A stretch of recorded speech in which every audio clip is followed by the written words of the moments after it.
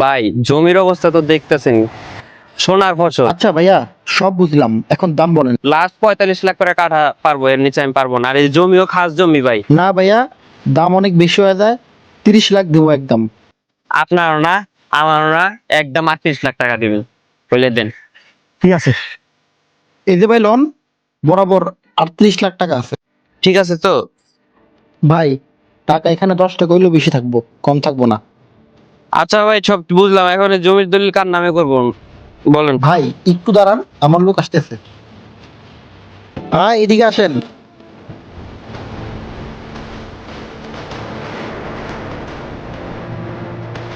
আচ্ছা, জমি কোনটা?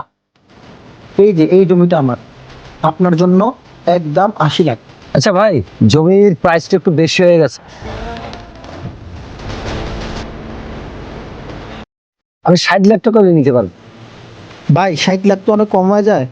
আচ্ছা, আপনারও থাক আমারও থাক, 70 লাখ টাকা দিয়ে। ক্রেডিট কার্ড নেন, ঠিক আছে? আর এখানে 3 নাম্বার আছে, আপনি উঠাই নেন।